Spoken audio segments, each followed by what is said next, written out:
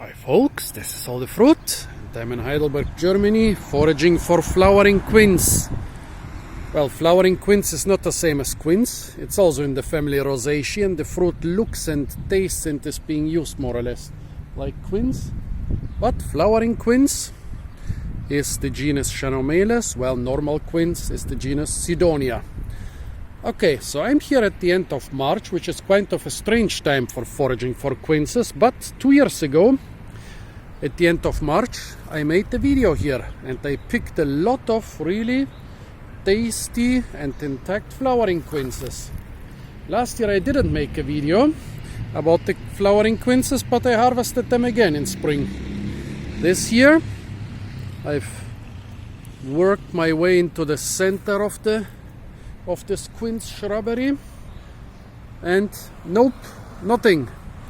I can see a lot of fruits. Oh, and by the way, the flowering quince is quite spiny. You can see a lot of fruit, but they are all dead. Well, very strange. At first I thought, yeah, it's quite easy to explain. The winter was a lot harsher than the last 2 winters, and so the fruit froze. But then I looked at them a little bit closer. Here I have a couple fruit. Those fruit look like they dried while still more or less not rotten, and all of them have been eaten, but only half eaten. Well, if somebody eats just half the fruit, usually he wants to get at the seeds. I don't know who. There are squirrels in this park. Of course there are rats because we're in a city, but I suspect the green parrots, which are a pest. They eat everything, including all fruits. And if you look at them, those fruits which look quite intact, they have been eaten. They have been opened for the seeds. Those here which already dried and rotted have been picked open for the seeds. And somewhere on the ground, oh, look at that. Maybe it was the rats after all, because here there is like a pile of those fruit. And squirrels as well as parrots, they don't usually bring the fruit down to the ground. Well, look at those two here. Those could have survived if they were not nibbled by the animal, which could be a rat. So very strange. Maybe the rats did not have enough to eat this winter because it was more harsh, and in the harsh weather less people came to the park and threw away food. Or maybe they just learned how to use those ornamental quinces.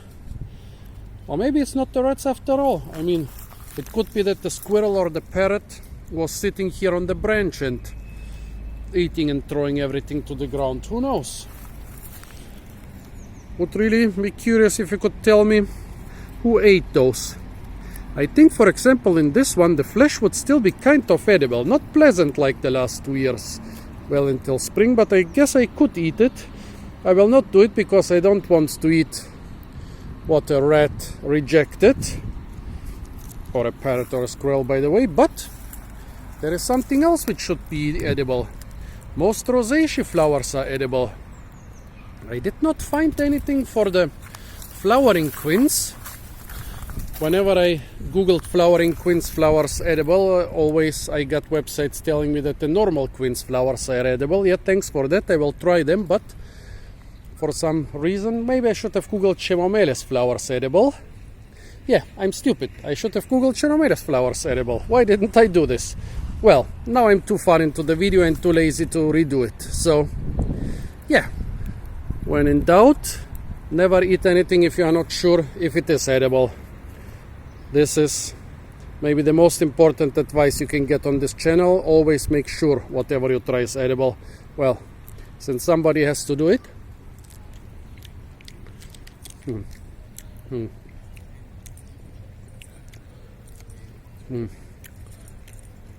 Okay, the petals are a bit sour and aromatic.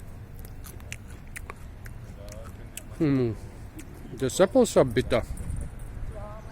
A pleasant bitterness, like bitter almonds, which is the bitterness of cyanic acid. Yeah, it tastes like bitter almonds. I don't know if it's the sepals or if there is already something else down there. But yeah, the green parts of the flowers taste like bitter almonds, while the red parts are pleasantly sour. Well, the bitterness is not very strong. The flavor, the bitter almond flavor, is actually much stronger than the bitterness itself. And then there is this tingling on my tongue, which I always get after eating stuff with cyanic acid.